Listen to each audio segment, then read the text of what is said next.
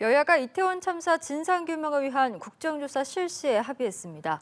원내 의견 수렴과 물밑 협상 끝에 절충점을 찾은 여야는 원내대표 활동에서 1시간 전쯤 합의사항을 발표했습니다. 네, 국회에 연결해 자세히 들어보겠습니다. 최지숙 기자.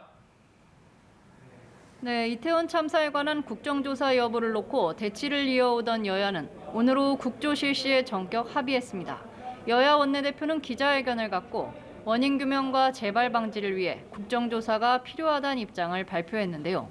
국민의힘 주호영 원내대표는 여야가 같이 국정조사에 나서는 것이 국민에 대한 도리라고 생각했다고 결정 배경을 설명했습니다.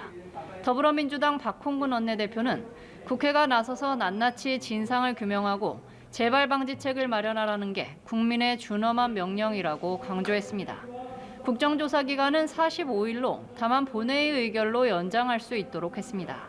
우선 준비 기간을 거쳐 내년도 예산안 처리 직후 국정조사가 개시되는데 대상 기관에는 대통령실 국정상황실과 국무총리실, 행정안전부, 그리고 경찰청과 소방청 등이 포함됐습니다.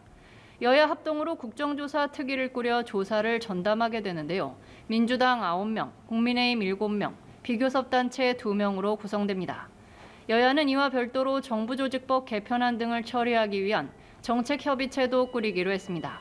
예산안과 정부조직법 처리가 관건인 여당과 야당이 참여하는 국정조사를 주장해온 야당의 이해관계가 절충점을 찾은 것으로도 풀이됩니다. 본회의에서 국정조사 계획서가 처리되는 대로 특위는 첫 회의를 열 전망입니다. 네, 한편 민주노총이 총파업을 선언하면서 이 정치권도 파장을 주시하고 있는데요. 이 관련 소식도 전해주시죠. 네, 그렇습니다. 화물연대가 당장 내일부터 무기한 총파업을 예고하면서 국민의힘은 엄정 대응 필요성을 강조했습니다. 주호영 원내대표는 당정이 안전운임제 연장 방침을 밝혔음에도 집단운송 거부에 들어가는 걸 보면 답이 정해진 정치 파업이라고 주장했습니다.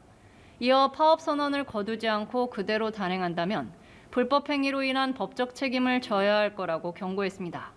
이와 달리 더불어민주당은 공영방송 민영화 시도 문제를 앞세워 여권에 대한 공세를 이어갔습니다.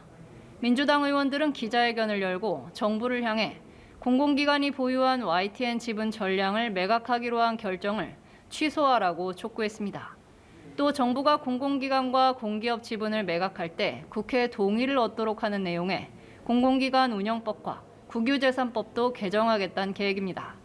이재명 대표는 전용기 탑승 배제와 출근길 문답 중단 등을 예로 들어 언론 파괴의 종합판이라고 비판했습니다.